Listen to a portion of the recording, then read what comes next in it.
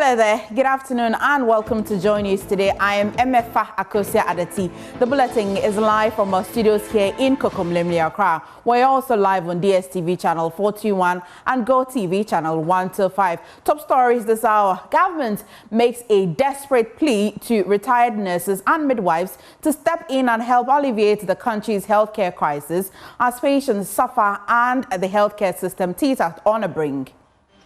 Government appeal. Public-spirited retired nurses and midwives to volunteer their services for a brief period pending the resolution of the impasse. But the leadership of the striking nurses and midwives have fired back, revealing there is a deeper issue. No, is that the retired nurses and midwives feel that they've been let down by the state. More as the Deputy Finance Minister claims the striking nurses and midwives' demands will require a staggering 2 billion cedis throwing the budget of gear. And as our Parliament Trades Committee summons Ghana Union of Trades, Traders Association, spare parts dealers and other agencies over refusals to reduce prices of goods and services despite the cedi appreciation and the fall in fuel prices. Industry and tourism had called for this meeting to inquire into why businesses and service providers are reluctant to reduce their prices, the impact on the economy, and the way forward. We'll take you live to Parliament for what justification the traders are giving to the committee. Also in this bulletin, we'll tell you about the story of a 10-year-old who serves as a bridge between her hearing-impaired parents and the hearing world. I'm thinking that I'll become deaf because almost the whole family is deaf. And some of them are hearing, but the deaf people are many. More in our Disabled series. We've got these plus business, sports and showbiz in this package. Join News, independent, fearless and credible. Do stay for details.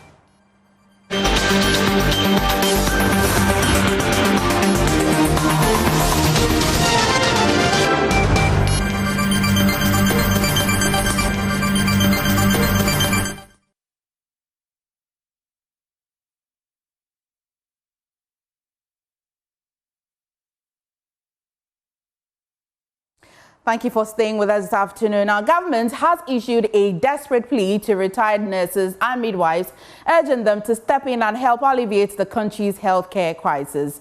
The appeal follows a collapse in yesterday's emergency talks with the Health Ministry after leadership of the striking nurses and midwives flatly rejected the government's request to defer their new conditions of service to 2026.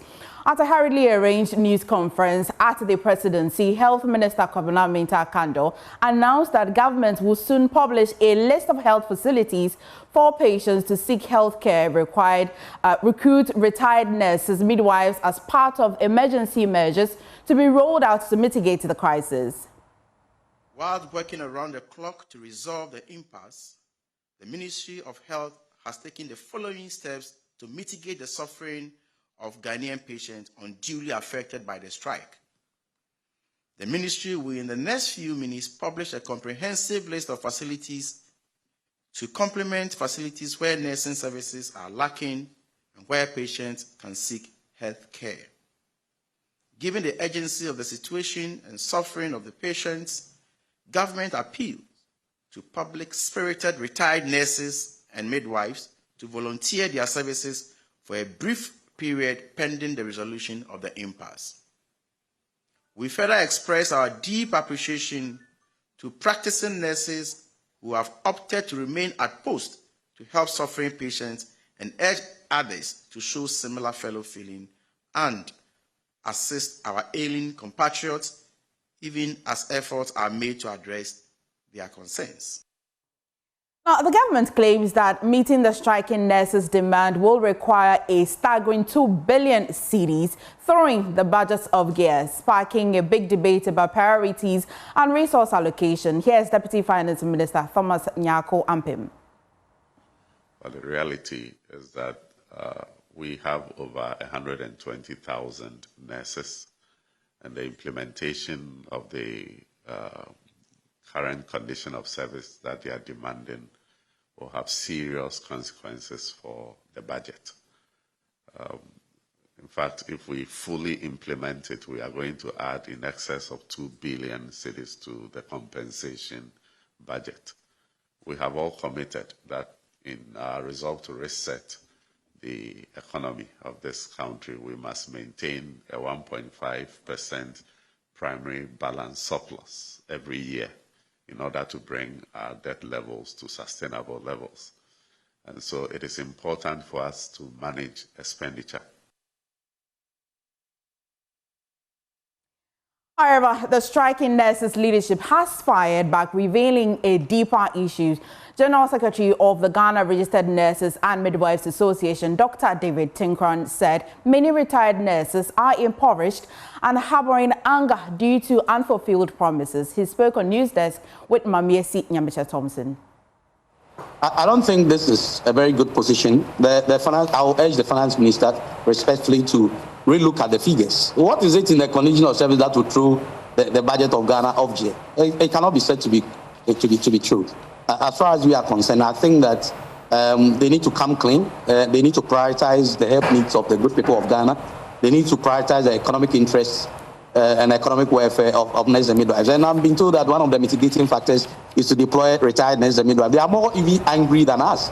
What they don't know is that the retired nurses and midwives feel that they've been let down by the state. Okay, I visit them from time to time, not just individuals, but if, for instance, I can show you a place that they meet every last Tuesday of every month. They meet at Christ the King. Go there and talk to the retired nurses and midwives. Some of them have been affected with occupational related ailments, disease conditions that they got whilst working as nurses and midwives.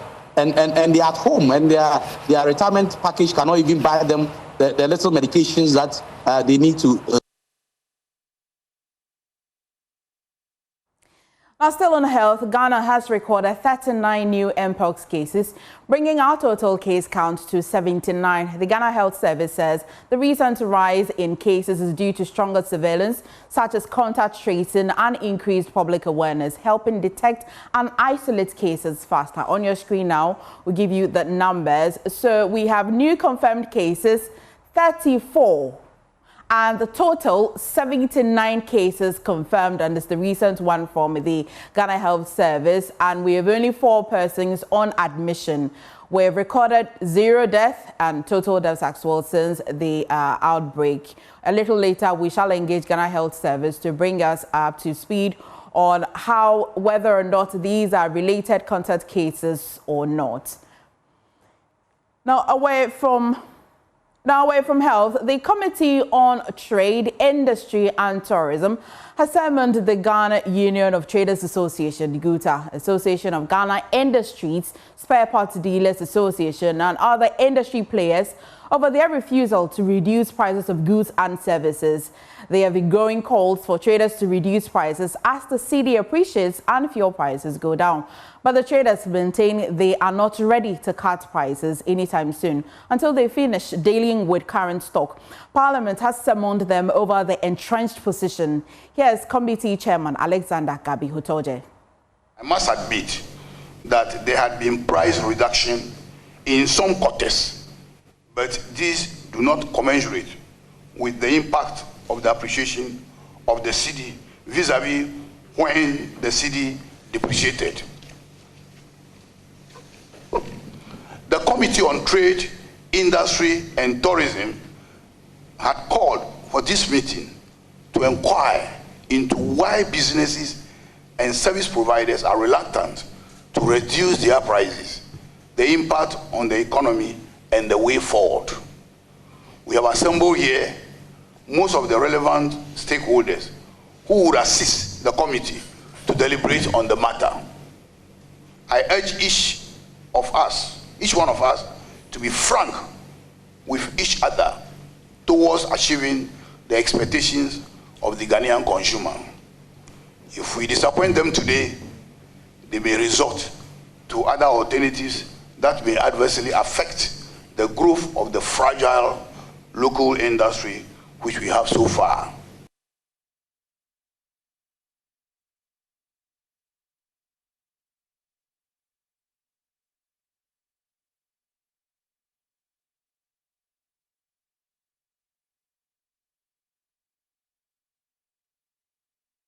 I shall take you to Parliament at some point to speak to James Aveji on the justification that they are given. But right now, though, let's get more deeper into the conversation around the nursing strikes, and let's engage Labour consultant Austin Gami. Thank you for joining us this afternoon. So, government says it doesn't have the money now. Striking nurses say they are done with negotiation and expect only implementation.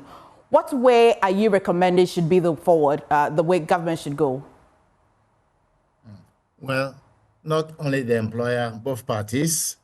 It is normal. It is normal when you negotiate and you have a hiccup along the line, you have to get together and have a conversation around the subject matter and find a solution.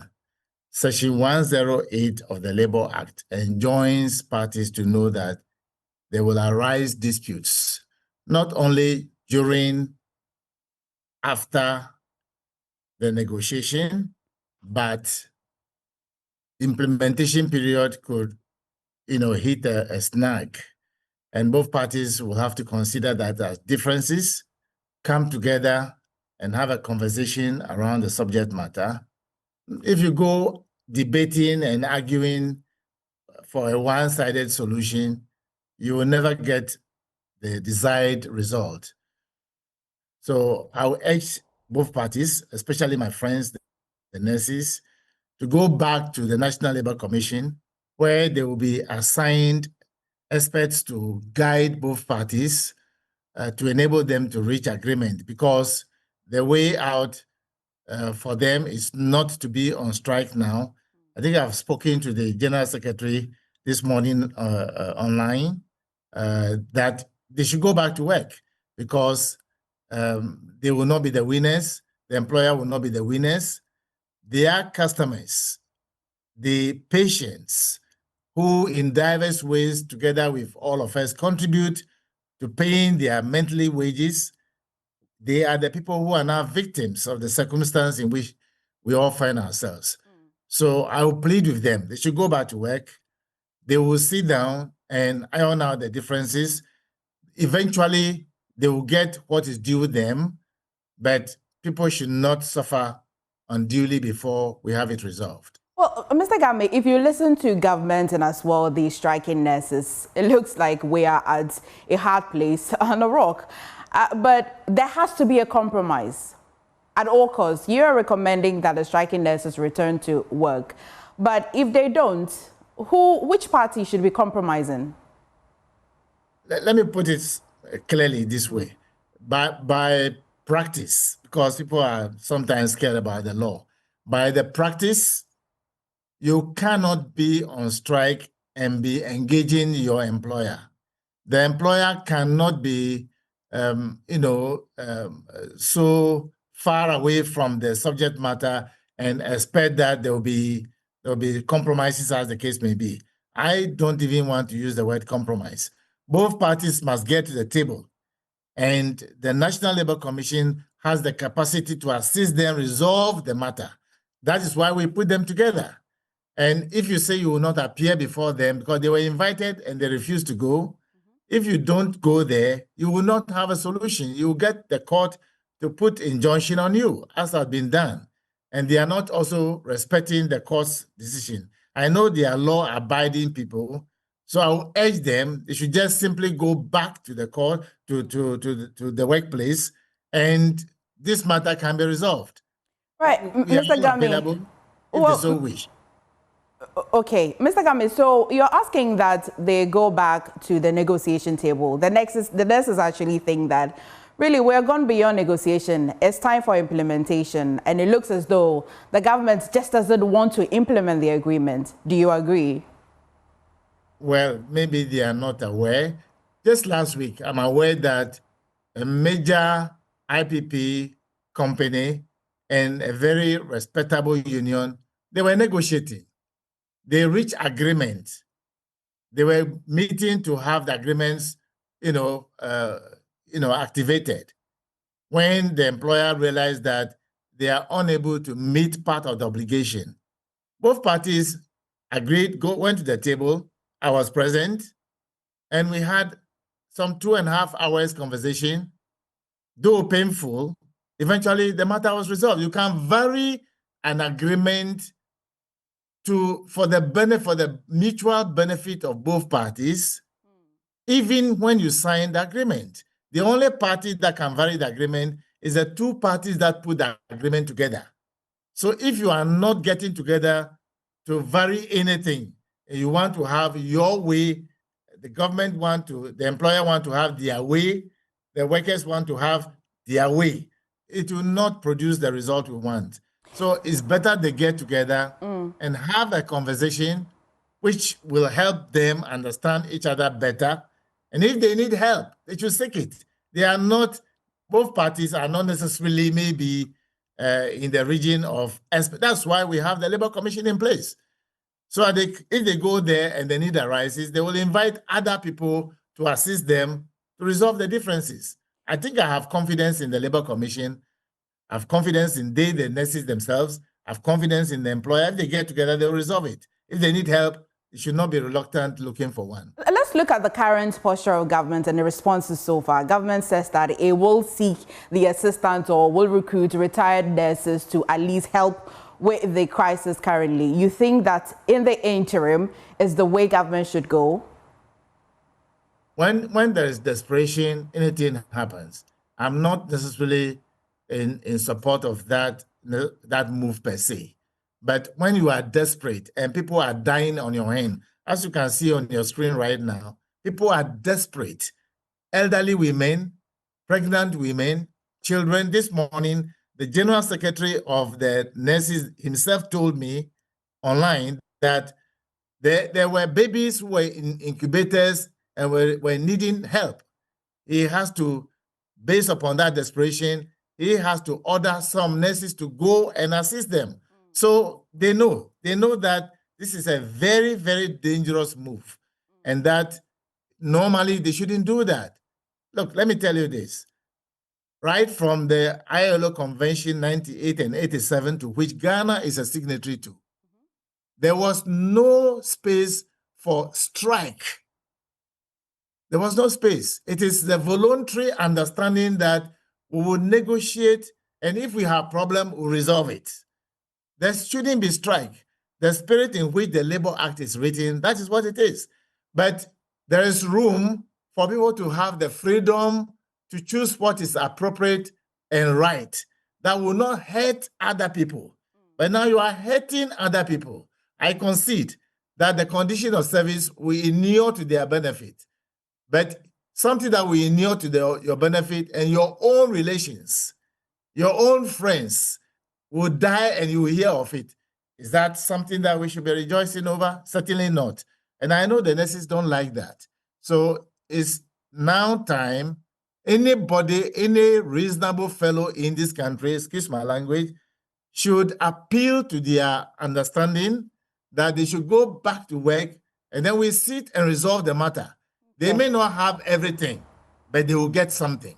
I think that's the appropriate way to go. And finally for me though, and moving forward, what does this raise in questioning about governance and its continuity? Because of course, we're just hearing the finance minister, the deputy speaking on behalf of the ministry, that it throws the government's budget off gear, which suggests to me that though this agreement existed, they didn't prioritize it. What would you say to that? Well, that's what I said earlier. If you reach an agreement is to be even implemented today, and the implementer realized that if I do it, it will cause some problem somewhere along the line, because you are a social partner in this relationship, you are the only one they can invite to table to have a conversation around the subject matter. That is why they call it industrial relations, not adversarial relationship. So you have to get together and have a conversation that defines the quality of the relationship between the two of you. Then you resolve the matter. If you have a genuine problem, the only way out is to get to the table as stakeholders and resolve it. If you need help, seek it. That's why we have millions of people in the country. Thank you so much for talking to us. You're most welcome. You're watching Joy News today, and moving away from that, the Drivers and Vehicle License Authority is commencing full implementation of a new penalty regime for roadworthy infractions beginning this month. Though implementation was expected to start a month ago, the DVLA says it resolved to dedicate the previous month to educating the public before the full enforcement. The new law will see motorists who fail to have a full complement of vehicle accessories face sanctions, including a penalty fine of 225 cedis from its original 45 cedis. Ashanti Regional Manager of the DVLA, Jerry Aflabo, says the new sanctions will ensure vehicles and drivers' safety and security on the roads. Infraction, I think it's 225 Ghana cedi. I want to educate the public because we're supposed to start implementing that, but I've asked that we should use this month for education. But from next month, instead of the 45 cedis that that they pay for those infractions, in fact we have parliamentary approval for that 225. Yes, but it is just because we want to try and combine education with enforcement, so it's a bit relaxed. But we'll go through, we'll start next month with the full implementation of the new rate.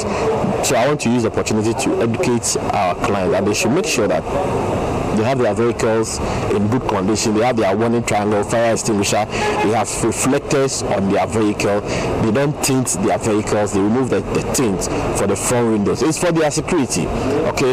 Imagine you are being kidnapped at gunpoint at night or somewhere, you are driving through a checkpoint, and because the vehicle is tinted, somebody is holding a gun on you in the vehicle. Nobody sees, nobody knows, so you are taken away to some isolated place and then you are there. So we are talking about security for all of us. It's a general security thing, so our clients should understand it from that point. I know their privacy is their concern, but you have to weigh the two and then make that decision. And so it's an appeal we are making to them that they should remove their front tint, because they all come with fines, they all come with penalties. When we meet you on the road, we apply the rates and then you pay. And now, away from DVLA, I'll take you back to Parliament, where the Trades Committee in Parliament has summoned GUTA and its related associations to justify why they will not be reducing prices of goods and services. My colleague James Aveji is that. James, what's the justification so far?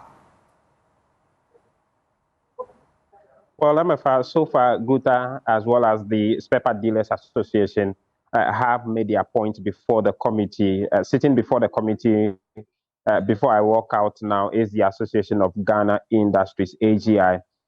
For the Spare Part Dealers Association, they've cited a number of challenges for which reason the price reduction has not has not been implemented as consumers would be expecting. For instance, they talk about the rather increasing lending rates at the banks. According to them, as we speak, banks still lend to the businesses between some 30-35%, which put pressure on their business capitals.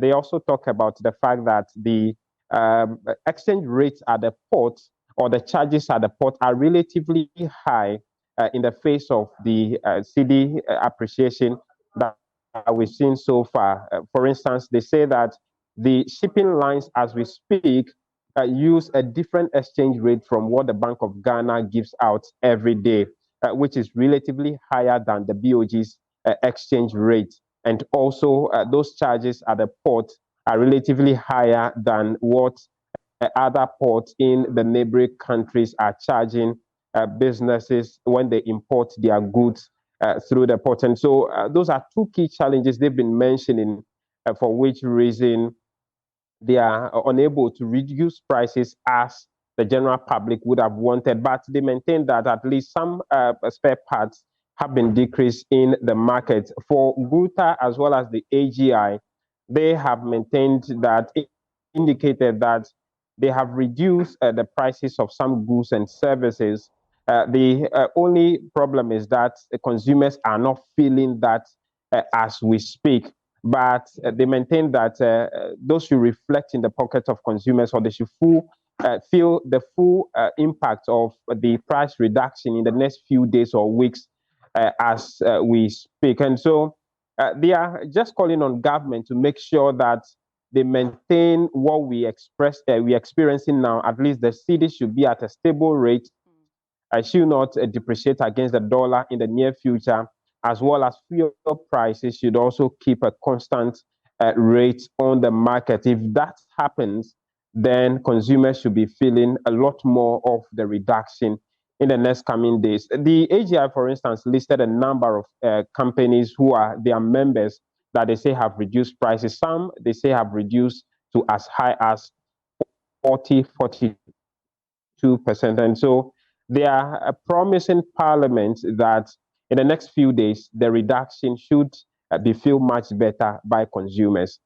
Right. James, thank you for bringing us that update. Another question to you, our viewers. Are you feeling those that they said they have reduced so far? You can engage with us in our comment section if you're watching. But away from Parliament, 3 major universities unions, TUTAC, UTAC and CTAC, have this afternoon expressed frustration over what they call government's undue delay in implementing the agreed exchange rate benchmark and releasing funds for book and research allowances and salary top-ups. The unions say the delays are affecting their members' welfare and academic work.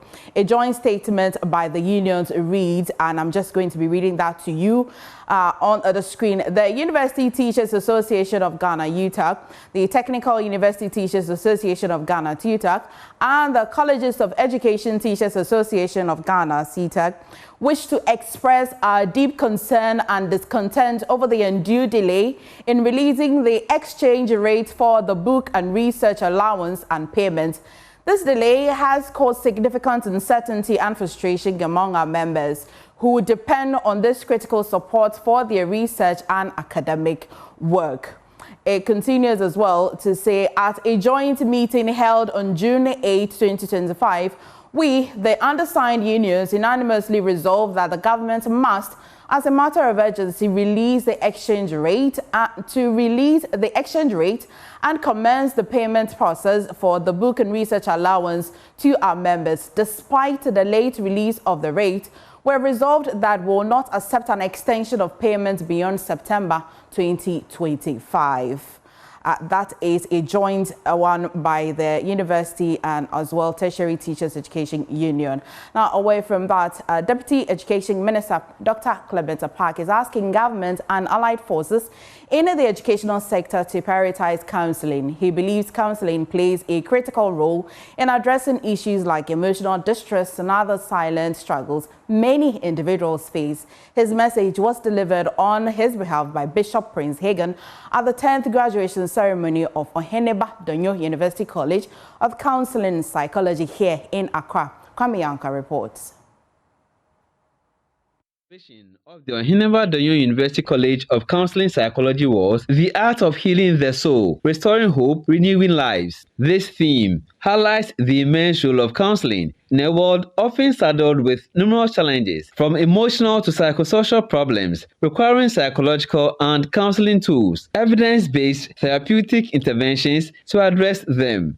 Reading a speech on behalf of Deputy Education Minister Dr. Clement Park, Management and Leadership, Security and Intelligence Experts, Bishop Prince Hagan, PhD, says the work of counselors must restore hope, renew lives, and model wholeness. To our government officials, traditional leaders, educational heads, and clergy present, I humbly offer this challenge.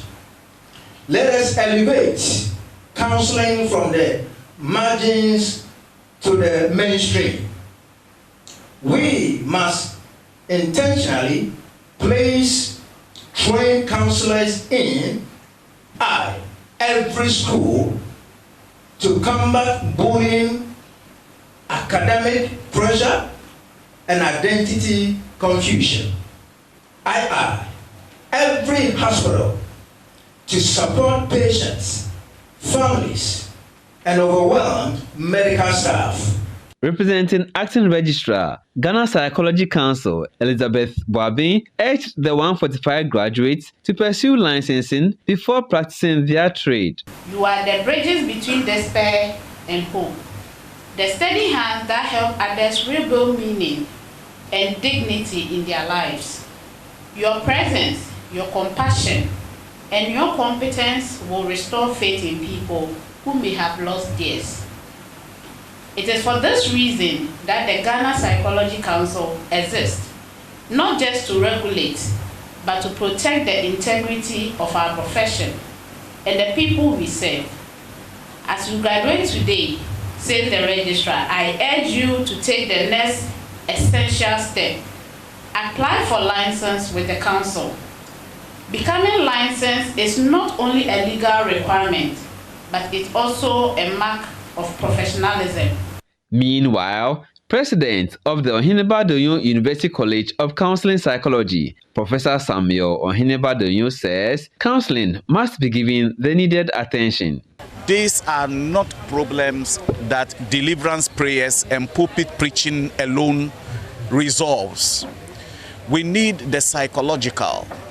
We need counseling tools, therapeutic interventions in the problems bedeviling our society. There are people who are variously wounded, people who are emotionally hurt, people who have lost trust and confidence.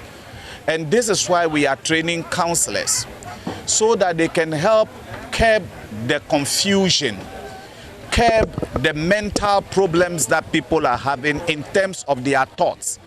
University College. You're watching Joy News today. Now, imagine being born to parents with hearing impairment and having to be the bridge between the hearing and the silent worlds. That's the story of 10-year-old Regina Osei, who helps her parents communicate with others every day. In our first episode of Disabled series, Collins Frimpong shares the story of a little girl making a big difference.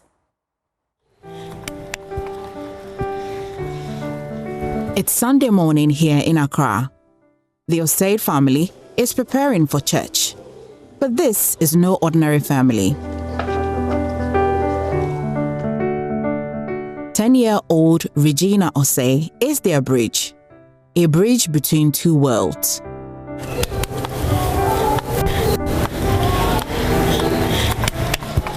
Regina's parents are both deaf. When she was born, Regina only knew their silent world, sign language, the only language spoken in their home. My grandmother was the one who trained me how to speak. When I was 1 year, I didn't know that my mother and my father were deaf. And later on, was when maybe about 2 years, and because I don't see them speaking, they were only doing the sign language because I saw them doing that, so I didn't speak again. For 2 years, Regina lived in a world without spoken words, learning to understand and speak only through her parents' signs. But as she grew, Regina's world expanded. She wants me to become an interpreter for the whole nation. It was only when Regina making sounds with her grandparents that her parents realized she could hear and speak. Relief and hope filled their hearts. Hope that their daughter would be their voice to the world. They were thinking that I'll become deaf because almost the whole family is deaf. And some of them are hearing, but the deaf people are many. So, and when my mother gave birth to me, my father's family asked my father and my mother that can I speak. Because of that, my mother became worried. And so she took me to the hospital. And then the doctor said, I'm not deaf, I can speak. Then she started feeling good that I can talk. Regina has embraced this role with pride. When communication becomes difficult at the hospital or in public, Regina steps in, interpreting for her parents and others in the deaf community. That evidence abounds that there is a strong relationship between good learning environment and good learning outcomes. They always shows me alphabet, pictures, and phonics. So because of that, I was able to translate. I feel excited to be able to translate, because if I wasn't able to translate, by now I'm not like this. And so because of that, I told my mother that if I grow up, I'll become an interpreter. But Regina's path hasn't always been easy. At school, she faces isolation and misunderstanding. I feel happy sometimes, and sometimes I feel sad, because people always say that my parents are poor and I don't have phone. Because I don't have phone and tablet, so my parents are poor. And when it's our day, they always bring, almost the whole class bring their phone and tablet, so that I'll be saying they should dash it to me, but I don't always say that. But when I get closer to them, they'll be saying that my parents are dead, they don't have money, so I should leave them. Despite the challenges, Regina's heart is full of hope. I wish my parents to buy me something like tablets and phone, so that, and also make me to finish school and let me to continue school, so that I'll be the better person in the future. I want to become a president, because if I become a president, I'll be rich and I can help the disability people. Together, they dream of a better future for their children. My dad is the only one who bears everything, and there's nobody to support him. He's the only one who pays my school fees, my brother's school fees, and gives my mother money to go to the market and do so many things. My mother learned how to sew dress. Her parents working tirelessly. Her father the main provider. Her mother learning to sew despite struggles. Together, they dream of a better future for their children. In a world where communication is a right, not a privilege, Regina Osei stands tall. She is more than a daughter. She is a lifeline, a beacon bridging silence and sound. For Regina, the language of love speaks loudest through hands, heart, and hope. Collins Frimpong, Joy News. Of course, you want to support us, provide her that tablet so that she, of course, keeps that smile and keep being the bridge between the world and her parents. You're watching Joy News today. You want to stay because Winston is here, and Winston is going to tell us about how there's so much currency in circulation in the country. Now, he says that the money is around, but we're not seeing it in our pocket, right? Absolutely. Stay for business.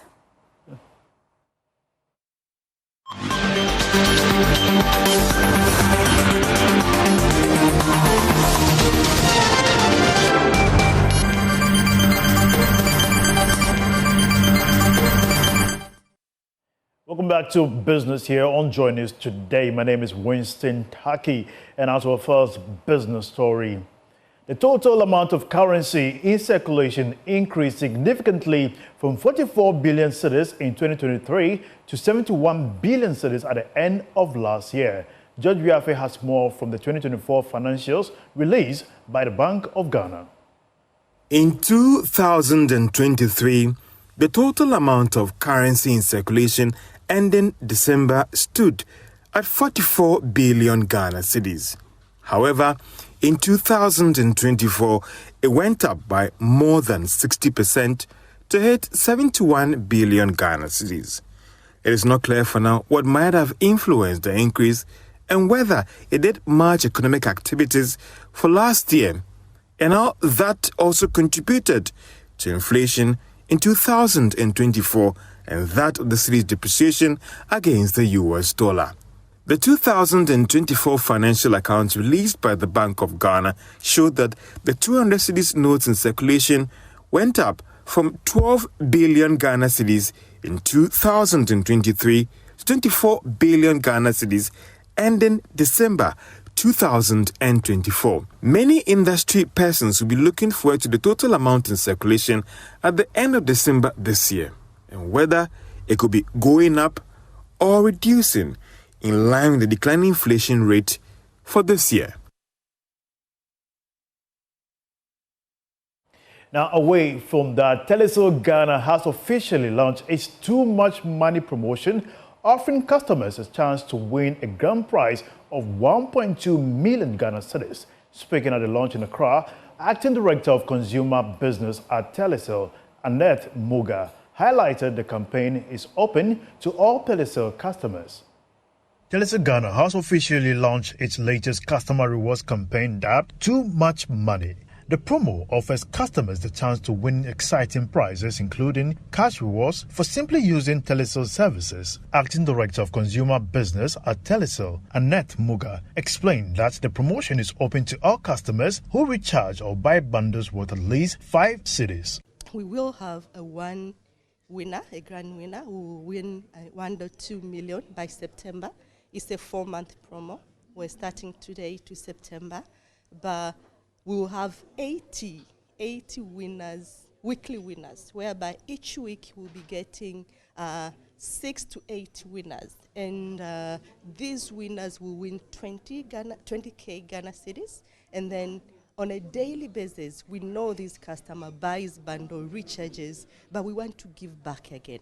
Daily, we'll be giving 100 cedis to 120 winners. Branch manager at the National Lottery Authority, Beryl Adom, spoke on the transparency and fairness of the promo, which he says was backed by the NLA's regulatory oversight. The Too Much Money promo aligns well with these standards, and we are happy to partner with Konim Global Limited and Telecel Ghana to uphold the highest standards of integrity throughout the duration of the campaign. This promotion, with a total giveaway of 4.8 million, offers Ghanaians thousands of opportunities to win, from daily rewards and to the grand prize of 1.2 million Ghana cedis.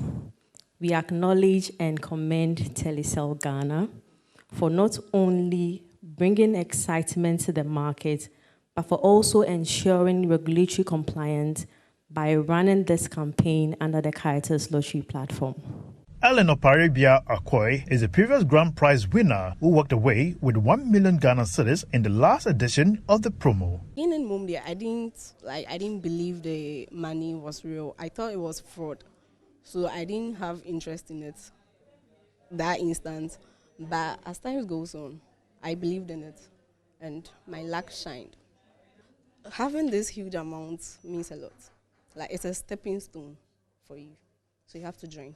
This year, more than 10,000 Telecel users across the country are expected to win cash prizes through daily, weekly and final draws during the promo season, with the ultimate prize money of 1.2 million Ghana cedis for a lucky winner.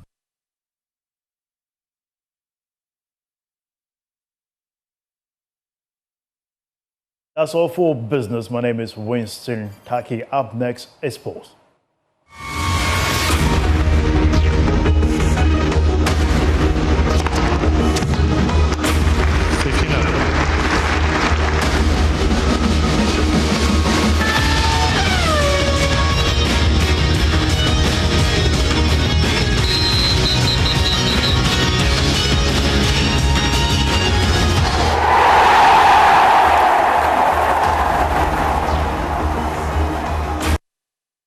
Welcome back, and time now for sports. And Muftal is here. Muftal, is there some bribery and corruption going on? No, it's not bribery and corruption. Yeah? It's just a misunderstanding of what we believed had happened, nothing more.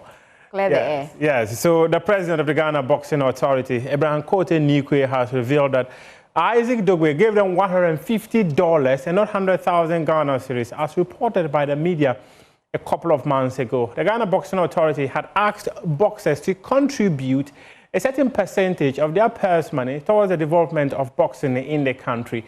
Many boxers had declined to contribute their purse money, but Isaac Dogbe had agreed to do so. However, despite the claims that said that he was going to contribute 100,000 Ghana cedis, it later emerged that he gave them $150 instead. I'm saying it here that Isaac Dogbe, Isaac Dogbe did not pay 100,000. I am saying it here. Okay, but then it means that the public has been misinformed. Yes, listen. Okay. Isaac Dogbe never. The fourth Isaac Dogbe have a fight, right? And he came to Ghana. I know people have calculated how much he made out of his fight. In the house of our chief, the Ghana chief, we went there to visit Niga. You mean the Gamanche? The Gamanche. Through the second. Yes. And there, Isaac Dogbe gave the Ghana Boxing Authority $150 at that time. The group that came to donate that thing, niche, and they said they are donating this one to us, doing program. After we stopped following them, the manager says, the owner of the business says he was not around when they came to do that thing. To today. Okay. So I'm saying that, let me finish. Okay. You mentioned I just wanted people. some clarification. Yes. You are saying that Niche decided to do a donation to the Boxing Authority on Isaac Dogbe's behalf? Yes. Okay. But it never happened. What kind of donation was it? Was it a cash donation? Was it products? The one you said that the Isaac Dogbe presented 100,000. Okay. There's nothing like that. Okay, but Isaac Dogbe himself gave the Ghana Boxing Authority $150. Okay, but the 100,000 Ghana cedis represents a donation from Niche. Yes. And they did it as what to the Ghana Boxing Authority? It's because they have Isaac Dogbe as their brand ambassador.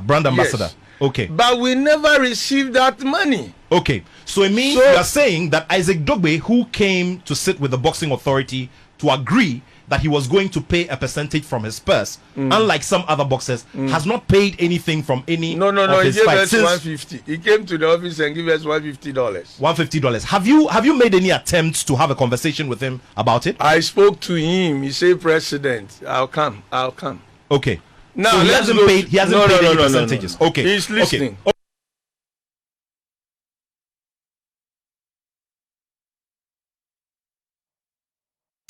MFA is standing by with the rest of the news. Well, we'll go for a quick break. When we come back, Jacqueline and Sumaya brings us showbiz.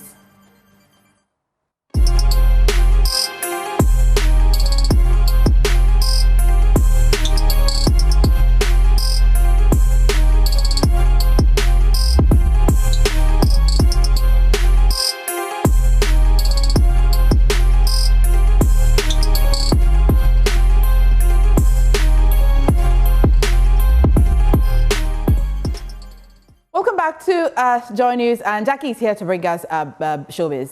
All right, well, good afternoon. You're welcome to the showbiz segments with me, Jacqueline Ansoma, your board to our first story for today. It was a Molly moment at the 2025 BET Awards as Ghanaian singer Molly lit up the Los Angeles stage with a vibrant performance that's still shaking timelines. Well, on June 9th, she became the first ever Ghanaian artist to perform at the BET Awards. I don't need no fake love, no, I don't need no favor. All of my time will gone, just me and my makeup. That track didn't just go viral, it went diamond, making it the first Ghanaian song to do so under the Recording Industry Association of America.